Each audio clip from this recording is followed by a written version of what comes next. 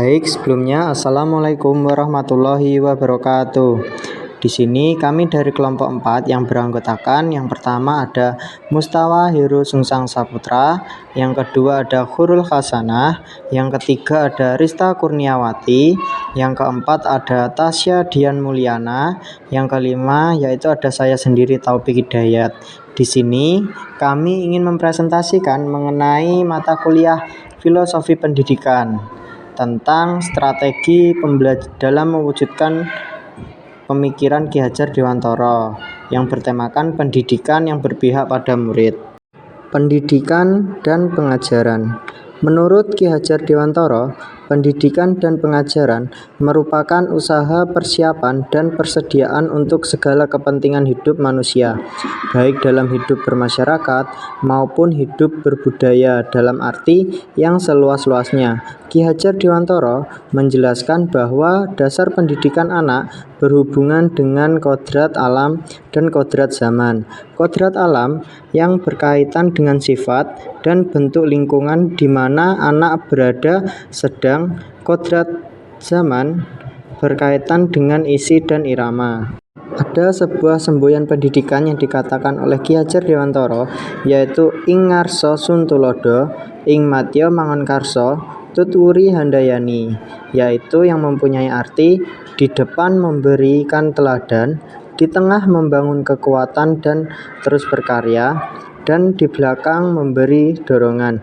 Jadi ketiga filosofi tersebut saling berkaitan. Selain ketiga semboyan pendidikan tersebut, Ki Hajar Dewantara juga memiliki filosofi bahwa pendidikan harus berpihak kepada murid.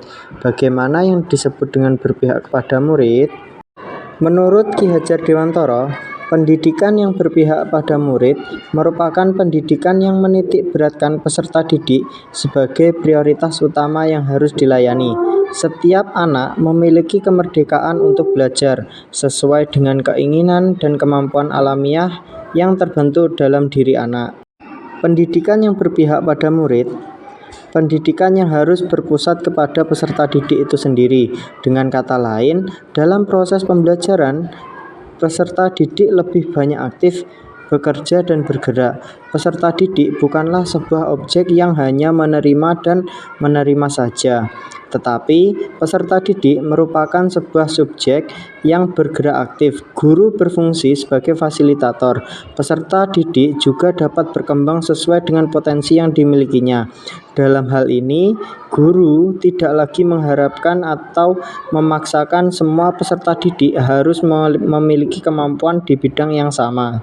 Selanjutnya ada karakteristik pembelajaran yang berpihak pada anak, yaitu ada 3.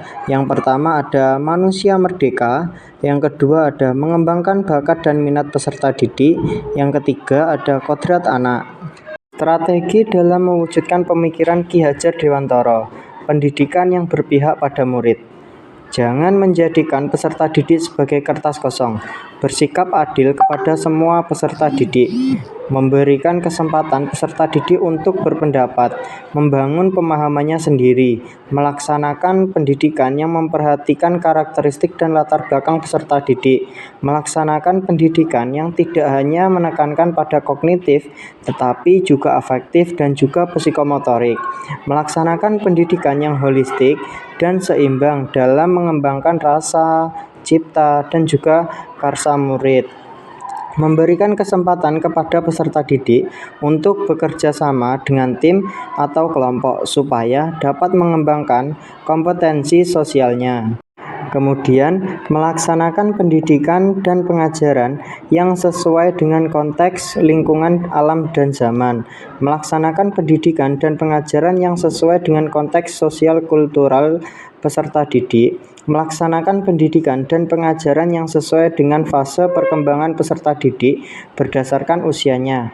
Memberikan penugasan dengan membebaskan peserta didik memilih bentuk laporan hasil penugasannya sesuai minat dan kreativitasnya.